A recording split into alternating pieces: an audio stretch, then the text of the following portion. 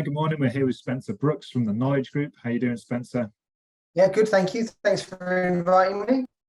Hi, you're most welcome. Look forward to having this conversation. So if we can kick things off and you just tell me a little bit more about yourself, who you are, what it is that you do, and how long you've been doing it for, please. I'm Spencer Brooks. I'm co-founder of a company called the Knowledge Group. We've been going for about 2 years. I suppose to summarize in a nutshell what we do, we're a digital procurement business. So we allow customers to source services from a marketplace that we have, all digitally, and basically buy services better, cheaper, and also more economical, whether it be social value or green economics. Brilliant. Was it something born out of the pandemic? Because you've been going a couple of years. What was the kind of biggest impact for that for you guys? Was it the initiative to start the business? If you give us a bit more detail around that. Yeah, so we were quite lucky. This is our kind of fourth startup. Myself and my business partner have been doing. So we've done a lot of stuff around traditional kind of people consulting. So we sold our last business just before the pandemic in the kind of Christmas of 2019. And we were just trying to think about what we would do differently next time. And I suppose in the pandemic, that kind of drew us more towards digital remote working. I mean, the Knowledge Group, we call it TKG for short, but originally was going to be like a gig economy platform. So it was going to be something that people could come to and collaborate to find other workers, whether it be for, I don't know, taking photography or whether it be doing other kind of employment work. But we decided, with supply chains freezing up and things getting a bit difficult, that we'd kind of go down the route of doing, procurement. So we went down this route. We specialized initially in a sector like contact center and outsourcing. That's where we started. Well, yeah, I was going to say, are there any sort of actions you took because of the pandemic that have had consequences on the business? Obviously, being in the middle of the pandemic, helped build the business off the back of that, I suppose. Yeah, I suppose that was it. The business was built out of it. So actually, we learned, because we were born in the pandemic. So we learned how to be a business which was both virtual and nimble very, very quickly. So actually, our biggest challenges are now post-pandemic. So how have we developed as an organization to meet the changes in demand, but also the changes in, like everybody is, how our workers want to be? How do people want to work? Because when we started up, we were highly engaging with our employees. I mean, we started very quickly with like 20 people working for us. So, we were doing quite often weekly, sometimes even twice weekly engagement sessions with people that, to get them engaged in what we were doing, but also beyond what was, basically a lockdown environment. So we've had to evolve quite quickly post-COVID in terms of how do we keep that DNA of what we built on, but how do we kind of migrate to more of a hybrid model? So we do things a lot more, face to face, but really only twice yearly, maybe quarterly, with some small local stuff. But we try and keep the kind of basis of what we do as kind of virtual, as we're a digital technology business, kind of embraces our culture as well. Great. So what does the future look like for you then, in terms of where you are now, and what do you see as the main challenges are going ahead, for the ones that you can foresee? I think what we've now found, because of the perception of potential austerity, but also the pieces where businesses needing more help from an economic perspective, actually our biggest challenge now is going to meet demand. So we've taken a curve down from the pandemic, and we're taking a curve out the other side now in terms of the way the business is growing. So our biggest challenge right now is probably scaling talent to meet the demand that we need from our clients, which a lot of people have around in the UK at the moment, but we probably aren't quite as bad as maybe some organizations that need more like stuff in hospitality or in retail, but we've definitely seen the potential on trying to find good talent in terms of working for us. Sure, it's a common theme that we hear here at Action Coach as well. So you're not alone in that one. It's a very prominent factor these days. So moving on to yourself around being a business owner, what would you say?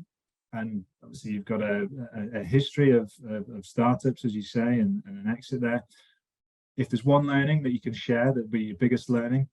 If there is one, there might be a couple, because I appreciate it's quite a big area that you could share. What would be the biggest learning you've had to date in business? I think the biggest thing I've learned is probably don't necessarily sweat the small stuff, and the other thing is to be really, really razor sharp, focusing what you're doing. When you start a business, you've got loads of ideas that are flying around, but if you don't really pinpoint what you are doing and what you mean, then you can get distracted too quickly. Now, that's not to say that things should change when you start. You shouldn't be so rigid that, you've already said that's my mantra and that's all I'm going to do. But I do think when you've made your decision, you need to kind of stick to it. So I would definitely say focus. And the other thing I would say is probably doing it with people that have a like-minded view of the world. And that isn't just about business, but I actually think beyond business, because I think it's a lot easier to have a relationship with founders like I've had with people I've worked with who have the same deep set cultural views that you have, and I think that's really important. Yeah, definitely. Thank you for that. So potentially similarly, in terms of advice that you could share with someone just starting out in business, or perhaps even reflecting on an 18-year-old self just starting out in the world, what would be the best piece of advice you could give someone going into business? I definitely go in eyes wide open. You get, with social media, there's so many people who portray what perception it is of having your own business and work-life balance and all those kind of bits and pieces. When I first started, when I left corporate and ran my own business, it's a 24/7 piece, 24/7 job. Even family holidays or weekends away and that kind of stuff, you are constantly attached to it. So I think my biggest advice to anybody who's going to do it is just go in knowing that. Don't go in disillusioned thinking that it's a walk in the park and everything just kind of rolls around the corner. There is a lot of hard work that you need to kind of get into, and finding new business isn't easy if you haven't done it before. So you will be the salesman. You'll also be the cooker, the cleaner, the dishwasher, and everything that kind of goes with it. So you'll be all those things, but that's what I mean. So it's very rewarding, but like I said, go in with eyes wide open. Yeah, hard work and persistence is needed. That's for sure.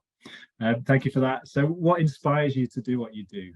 Would you say anything that you say read or listen to? Could be the people you work with, your friends, your family, your clients, customers, things like that. Any inspiration that you're using at the moment or to do what you do? I think I'll be really honest. The biggest inspiration for me to do what I do right now is basically my wife and my family. I know it's a cliche, but it's true. Unless you have a strong woman next to you in terms of life and everything, that you don't really achieve that much, or you don't achieve as much as you probably could do. So, she's been an inspiration and a rock for me in everything I've done, and, in the good and the bad times, because there are points where it's pretty tough. Do you know what I mean? In terms of what you're going to do. Beyond that, there's lots of stuff. I do like to read HBR and those bits and pieces and get some viewpoints and stuff. But actually, people who kind of inspire me are probably more about the people who kind of work with us day to day. What they do and what they do for our customers is pretty inspiring and kind of drives you to do it again. Do you know what I mean? It's like those people that when you get great feedback from your customers about everything that you do for them, and it's the people that have done it, then that's enough inspiration for me. I'm not too into reading too many quotes around what people think and that kind of stuff, because it's a bit rose tinted glasses. So live it. I say live it yourself and do it yourself, and then that's the kind of inspiration. Great, thank you. Good share on that. And lastly, in terms of any latest news around the Knowledge Group that you'd like to share, perhaps even just direct us towards a website, or if there's any opportunities that you want to let us know about, feel free. Yeah, so we've got quite a lot of exciting news to come out in the next couple of months. Combination of clients that we've won, sectors that we're going into. So follow us on welovetoknow.com or any kind of LinkedIn versions of what we are. So search the Knowledge Group. So just kind of watch out and see what's happening. And, if it's a call for anybody. So if anyone wants to understand more about what we do, just drop us a contact note and we'll get in touch and love to explain what we do and say how great we are at what we're doing. But also, if you're interested in getting into procurement, if you're interested in working in that space and everything, we're always looking to grow and to bring new people in. So again, whether it's about jobs or, you know, whether you're interested in kind of collaborating with us, then, you know, follow us, like us, and have a bit of a look into some of our posts that are coming up in the next 2 or 3 months. Excellent. Thanks, Spencer. It's been great talking to you. All the best with it. And thanks very much again.